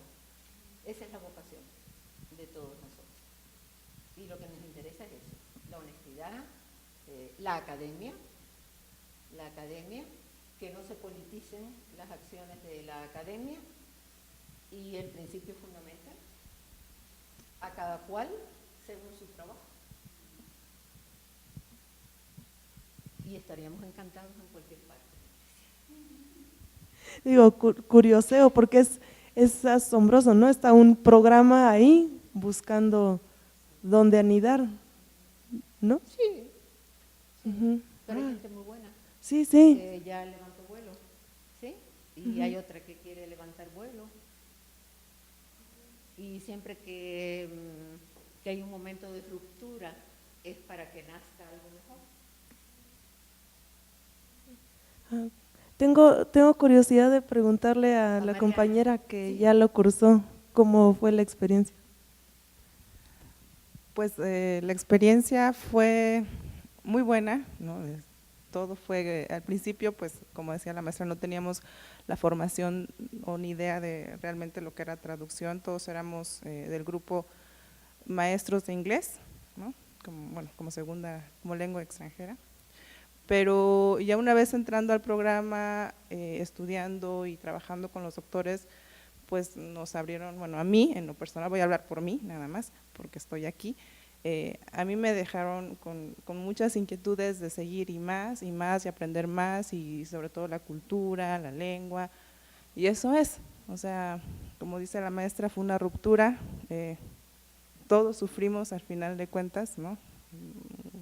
Un cambio que nadie se esperaba, que incluso están por resolverse muchas cosas todavía, pero eso fue, o sea, en lugar de quedarme realmente con lo que tenía, fue como que el principio de, y por eso estoy aquí, ¿no?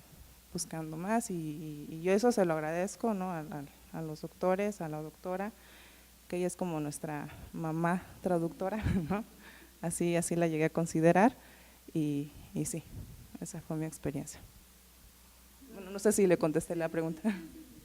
Mariana siempre ha sido muy entrañable y era una excelente alumna. Yo quiero decir algo. Entre los profesores de la Universidad de Oaxaca hay gente estupenda, buenísima.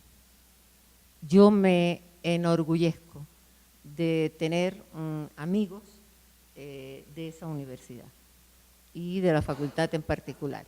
Muchos de ellos ya no están ahí, están en otras funciones, y me enorgullezco de haber trabajado con la administración anterior de rectoría, que era una excelente administración que supo comprender hacia dónde queríamos llevar el grupo y que nos ayudó económicamente cuando España no pudo hacerlo.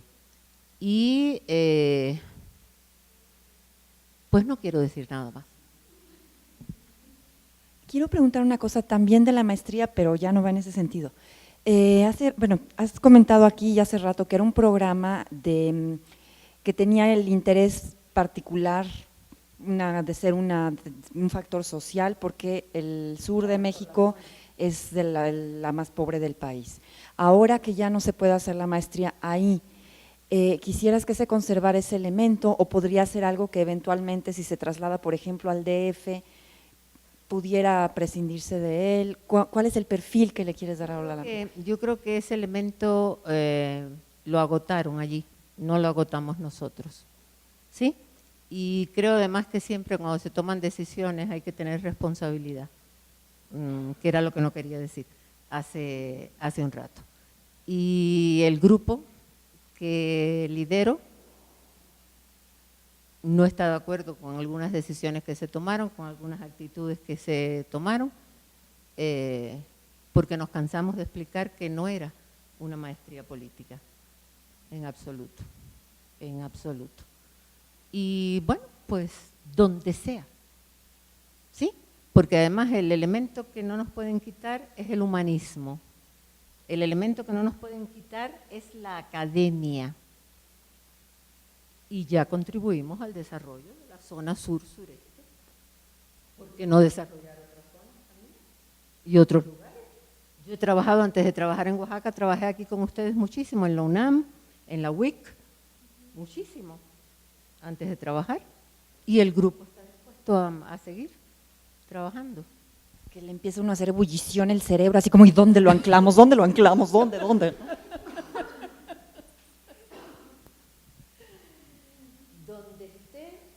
Siempre tendrán el apoyo y el cariño de los doctores españoles, porque ellos se han formado, los más jóvenes se formaron con nosotros en esta tarea, sin percibir nada a cambio, ningún salario, y los tres catedráticos que iniciamos el plan, pues veníamos de un campo de ideas humanistas, de un campo de ideas sociales de avanzada, que llamamos nosotros, en el mundo de hoy, y por eso fue que los proyectos se pudieron ganar, porque se ganaron. Hay que presentarnos a competición en el Ministerio de Asuntos Exteriores de España, y se ganaron 5 proyectos con una financiación enorme. Y luego tuvimos, repito y agradezco, la sensibilidad de la rectoría de la Universidad de Oaxaca y de la dirección de la Facultad de Idiomas para continuar con la maestría y terminarla, porque terminamos con ellos, ¿sí? Que era lo más importante, ¿sí? E iniciamos una segunda generación que está esperando. Bien. No, regresando a las asignaturas, cuando hablábamos de asignaturas, ¿cuál es el as que tienes bajo la manga? ¿Cuál es esa asignatura que decías? El as que tengo debajo de la manga es lo que vamos a hacer. Ah, Ese es el as que tengo debajo de la y entonces no nos lo vas a decir ahorita.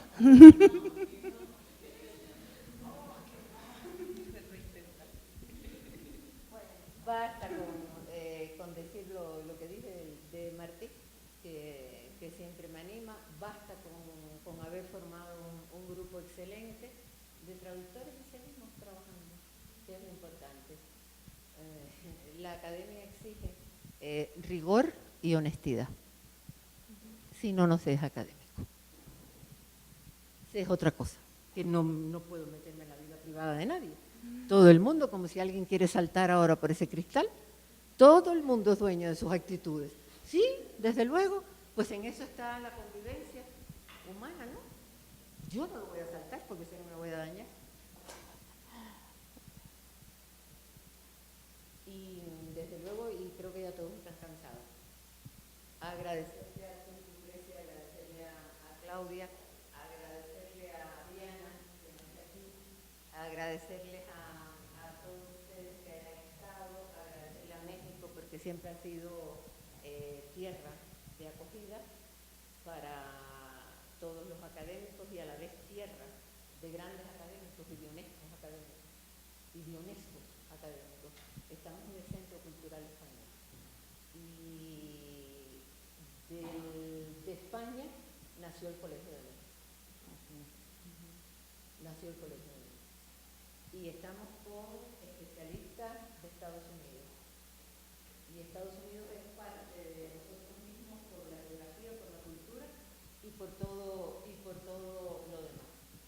Y el ser humano pues no debe tener fronteras, no debe tener prejuicios de ningún tipo, y el traductor, más que todo es eso, el que atraviesa las fronteras, el que no se detiene ante ningún obstáculo, el que sigue adelante.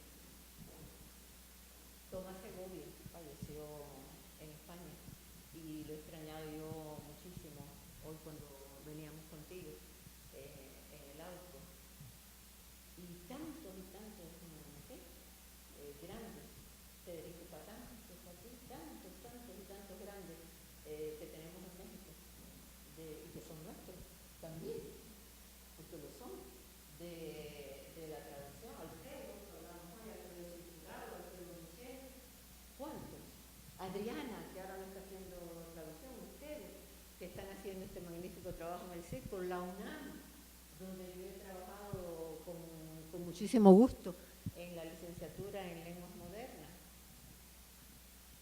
porque el mundo ni es ancho ni es ajeno, es el mundo. Gracias.